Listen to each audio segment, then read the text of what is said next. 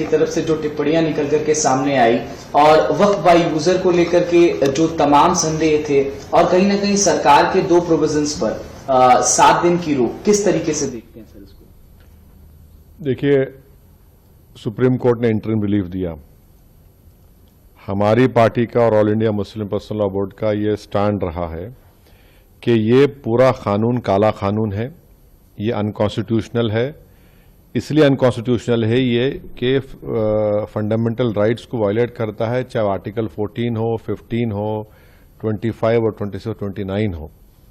तो ये जो इंटरिम ऑर्डर है, इससे हटकर हम इसको कॉशियसली देखते हैं। क्यों देखते हैं? क्योंकि इसमें करीब 45-48 अमेंडमेंट्स हैं। एक अमेंडमेंट ऐसा है कि अभी जब हम बात कर रहे हैं, लिमिटेशन एक्ट अप्लाई हो रहा है, तो जितने लोग लैंड ग्रैबर्स हैं या एंक्रोचर्स हैं वो मालिक बन रहे हैं। और फिर वक्फ इवैक्यू प्रॉपर्टीज जो है वो खास तौर से देश में पूरी जगह पर और पंजाब हरियाणा में बहुत है, वो अब गवर्नमेंट कस्टोडियन में चले जाएंगे, तो वक्फ बोर्ड से हम उसको लूज कर रहे हैं। तीसरा यह है कि सेक्शन 2 में जो ट्रस्ट एक्ट है, जो सुप्रीम कोर्ट ने जजमेंट में कहा था कि वो वक्फ की प्रॉपर्टी है, गवर्नमेंट ने सेक्शन 2 के जरिए पूरे ट्रस्ट को निकाल दिया वक्फ से। और इसका पहला फायदा होगा देश के सबसे बड़े दौलतमंद आदमी को, जिसने खोजा ऑर्फनेज पर अपना घर तामीर किया था, जिसका केस अभी सुप्रीम कोर्ट से है, तो सेक्शन 2 से उसको फायदा होगा। पूरे जो वक्फ जो ट्रस्ट है उसको ट्रस्ट है बोल के वक्फ से निकल जाएंगे। चौथा यह है कि ये 5 साल का प्रोविजन है। कौन तय करेगा कि 5 साल से प्रैक्टिसिंग मुसलमान है? और अगर कोई महिला होगी तो उसका कौन तय करेगा? और जब वो 5 साल तक मुसलमान के वक्फ को नहीं दे सकेगी, दूसरे धर्म को दे सकेगी, तो ये तो नुकसानदेह है। फिर गवर्नमेंट ऑफ इंडिया ऐसे रूल्स बनाएगी जिससे वक्फ कमजोर होगा, वो फेडरलिज्म का भी वायलेशन होगा। कलेक्टर आज भी किसी मुतवल्ली को ऑर्डर दे सकता है कि भैया आप इस तरह का काम करो जो उस मुतवल्ली और उसके वाकिफ के खिलाफ होगा। अगर नहीं सुनेगा तो जेल को जाएगा। तो इसमें ऐसे कई प्रोविजंस है, सेक्शंस हैं जो वक्फ बोर्ड को खत्म कर रहे हैं।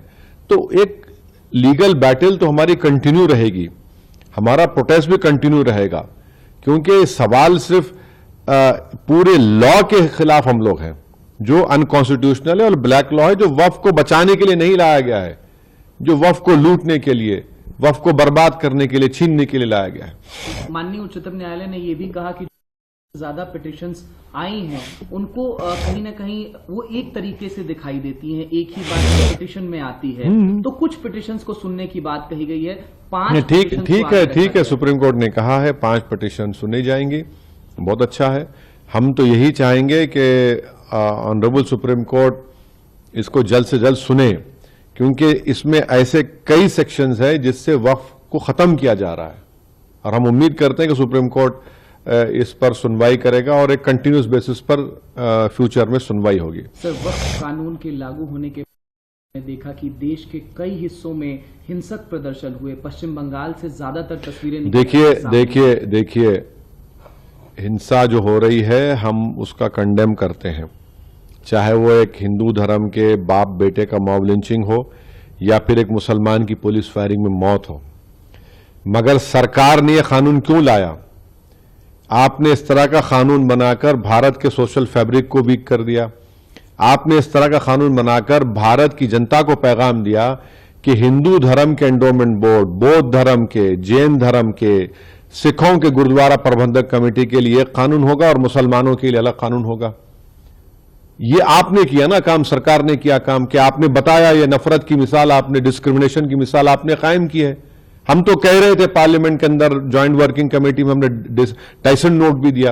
ये तो सरकार की जिम्मेदारी है। सरकार की इस गलत फैसले की वजह से आप टारगेट कर रहे हैं मुसलमानों के ईमान को, मुसलमानों की मस्जिदों को, दरगाहों को, इमाम बाड़ों को। और अब कैसे उम्मीद करेंगे कि गयूर मुसलमान आपके सामने सर झुका देगा, आपके कानून को एक्सेप्ट कर लेगा जो कॉन्स्टिट्यूशन के खिलाफ है, फ्रीडम ऑफ रिलीजन के खिलाफ है, आर्टिकल 26 का ग्रेव वायलेशन है। कल सीजे पर चिंता व्यक्त की थी जिस तरीके से हिंसा हो रही थी सर, और कहीं ना कहीं अब आगे किस राह पर देखिए हम वायलेंस के खिलाफ थे, हैं और रहेंगे, मगर प्रोटेस्ट हमारा अधिकार है। हम जनता के दरमियान में जाएंगे, अपनी बात को रखेंगे, प्रोटेस्ट होगा। All India Muslim personal law board ने जो प्रोटेस्ट का प्रोग्राम बनाया, हम उसकी सपोर्ट करते आए, सपोर्ट करेंगे। ह्यूमन चेन का उन्होंने ऐलान किया, एक डेट को ह्यूमन चेन होगी, एक तारीख के दिन कोई डेट अनाउंस होगा जिसमें 10 मिनट के लिए लाइट बंद होगी। महिलाओं का प्रोटेस्ट होगा।